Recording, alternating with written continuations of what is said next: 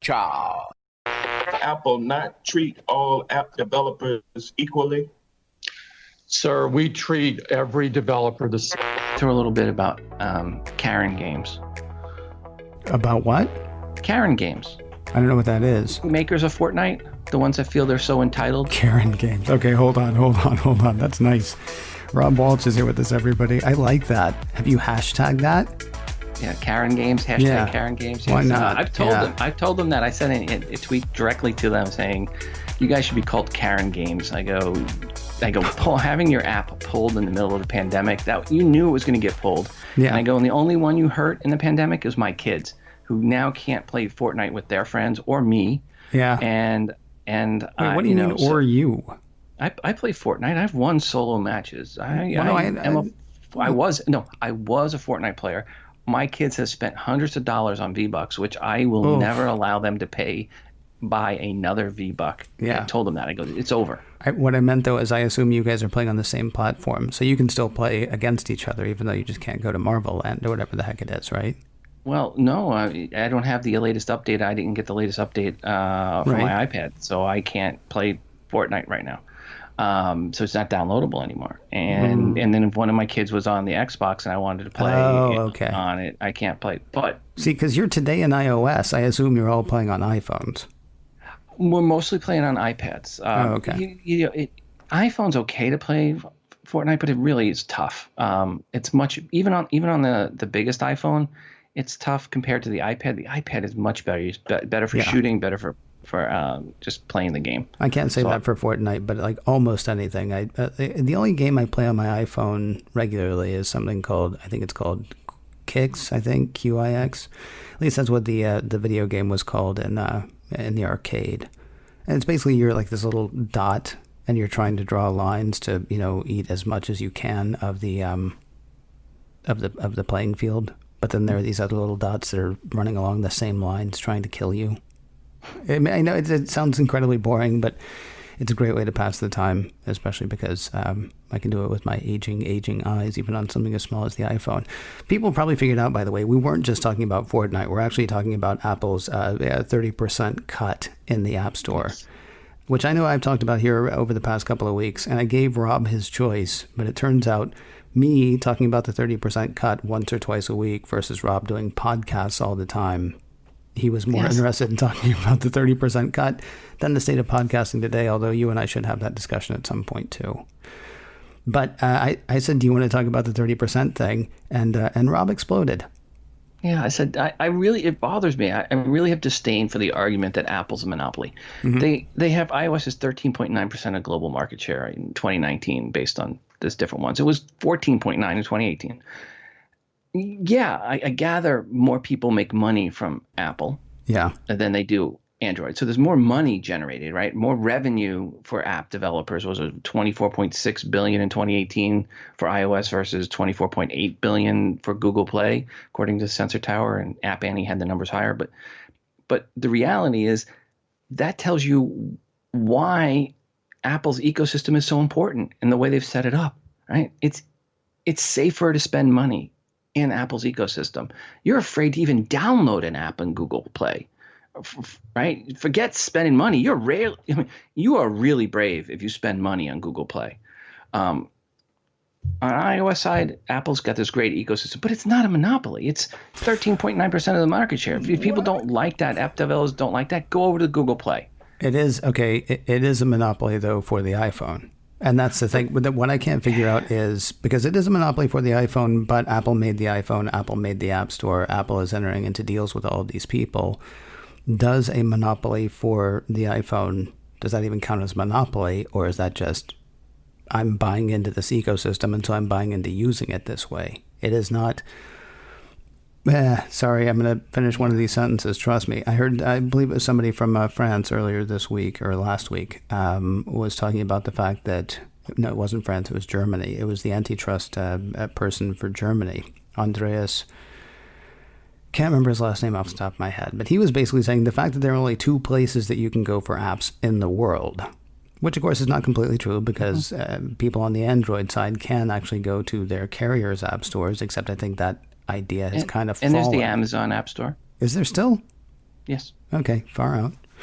Is a monopoly for iPhone, I mean, does that count as monopoly since the iPhone does not have anything like monopoly? I'm going to take an analogy here and on these complaints and equate this to what we'll get podcasting in here because my day job's Libsyn and podcasting, and I help people get ad sales. Mm-hmm. So I had a conversation, we'll call it, with a podcaster one time. Okay. And they were complaining that the cut on the revenue that we were taking was too high. Mm-hmm. And we were offering them 60% on a $45 CPM. And they said, well, the other person that I'm talking with is giving me an 85% cut. And I said, well, on what? What's the CPM rate? $18.50. I said, okay, you must be on an iPad because you don't have a calculator. So I'm like, 60% of 45 is a lot better than 85% of 1850. And they're Right. like, well, I don't care. They're 85%. I mean, it's less money. Right. And that's what this is about. Apple's giving you 30% of more money. And by the way, Google's 30% too. Right. Of less money. So but people are complaining about Apple and the 30%, but Apple's giving them the money, the ecosystem, the place where people feel safe to spend money. And I feel like I'm sorry, Karen Games doesn't like it, but that's just that is a part that Epic is forgetting, or Epic is ignoring. And the thing is, Epic is so big that Epic can afford to forget or ignore that. But as you said a minute ago, I mean, well, I'm what's the best way to put it?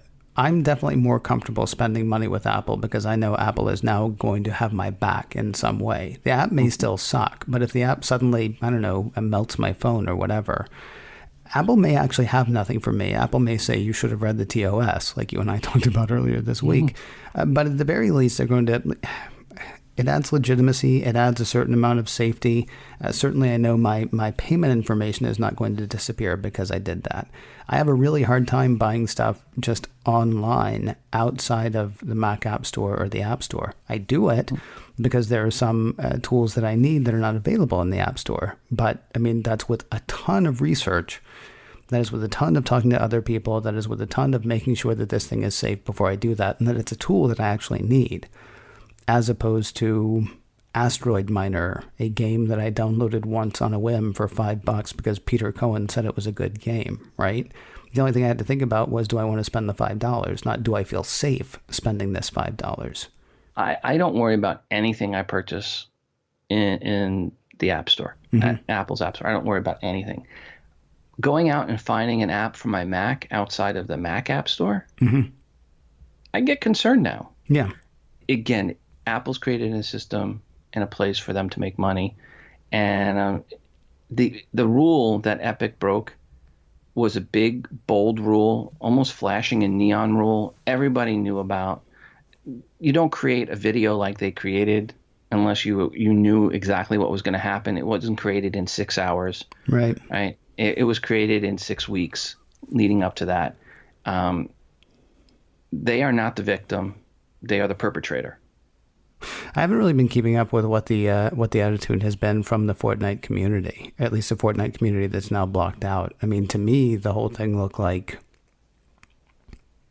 well, manipulation. I mean, it looked like they were just basically trying to weaponize the gaming community, which, as a couple of people pointed out on Twitter, has always worked out well in the past.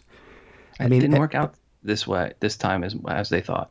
Yeah, I was going to ask, I mean, what are we seeing from the Fortnite community at this point? I mean, I guess, and the two things I wonder, like on the iOS side, are people upset that they can't go ahead and play the Marvel thing? Are they blaming Apple or are they blaming Fortnite? And then for the Xbox, Android, PlayStation, everybody else, do they even care? Well, my kids have moved on now to playing Minecraft and Battlefront with their friends. Okay. And they said, okay, fine. And that, we're not spending any more money on it. And they're mad at Epic for this. And they understand and explain to them, here's how the rules work. And this is something that's been known since 2009. Nothing's changed in that period of time, 2008, really. And Epic knew what they were doing. And it didn't go as they thought because now they're back in court trying to get themselves back into the App Store. Right? So they were hoping public opinion, like you said, was going to go on their side. It didn't. And Apple is not going to. Why would Apple back down at this. It would be a bad precedent for them to do that. The only reason Apple might back down at this is because everybody in every country around the world is starting to look at it and going, well, this just doesn't look fair. I mean, what was the one I read about last week on Mac OS X? Well, I mean, certainly there's the Russia thing. The Russian one. Yeah, the Russia one. The Russian one where they've now said app stores like Apple's App Store can only take 20%, not 30%. And of the 20% they take, they have to get, can't remember what percentage it is, but the percentage they take actually has to go back into the community, which is okay, fine, I guess. Yeah, that's There's crazy. the South Korea thing. There's, of course, stuff here in the States. You've got Representative Cicilline of the great state of Rhode Island saying that Apple is charging, was it landlord or slumlord prices? I can't remember, but basically saying that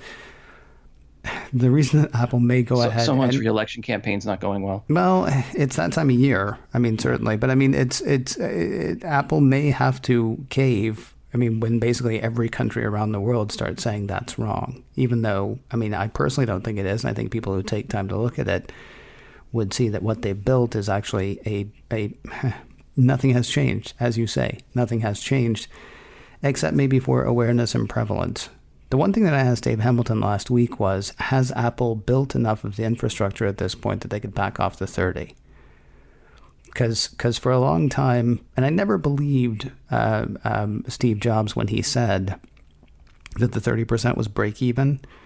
But even if we believed that then, there's no way you can believe it now, because everything about Apple's business is about services, and how great services are doing and how much money Apple is making in services and how that's actually helping to dampen the blow of losing some iPhone sales.